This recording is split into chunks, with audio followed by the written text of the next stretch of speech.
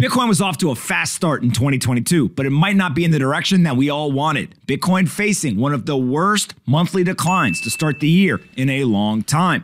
Let's first take a look. Where the hell are we with Bitcoin? Sitting around $38,000, which is up about 4% over the last 24 hours, which, by the way, is much better than S&P 500, gold, silver, euro, yen, renminbi, or oil. If we then go ahead and we look at the Bitcoin stats themselves, you can see that Bitcoin's inflation rate still sitting at 1.77%.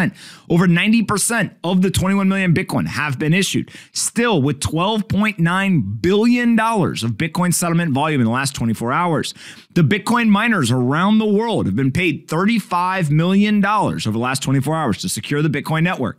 And of course, Bitcoin is down 43% from that all-time high of 69,000, but it is up 16, almost 17% from this recent cycle low. If we then go ahead and we look at Bitcoin compared to gold and the S&P 500, it's all green, baby, minus gold over the last 12 months. But one thing that we haven't seen in a long time is actually over the last 12 months, the S&P 500 has actually outperformed Bitcoin.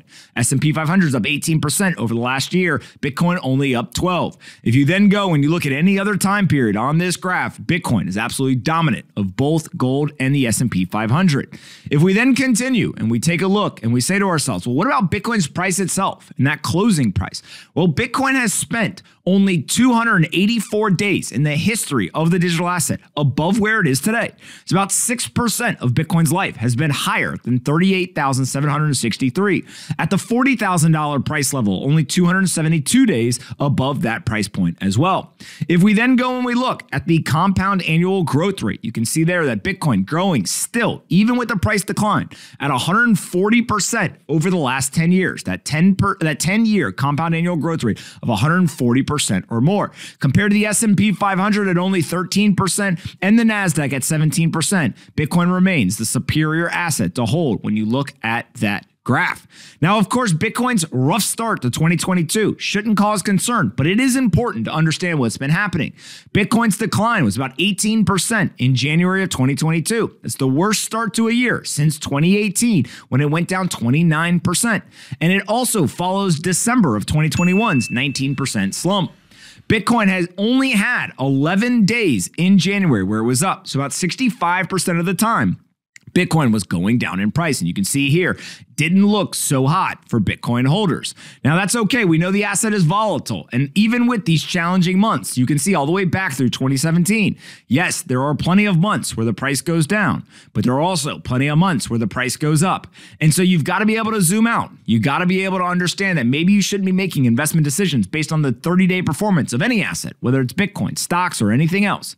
And then we've got this quote here. And in this quote, what we see from Troy Geiske, the chief market strategist at FS Investments, he said, crypto is a very volatile asset class, and I hope that everyone participating in that market is aware of the volatility potential. It's a much trickier environment than it was 6 months ago, 12 months ago, 18 months ago, where it was green light go. Now it's yellow light caution.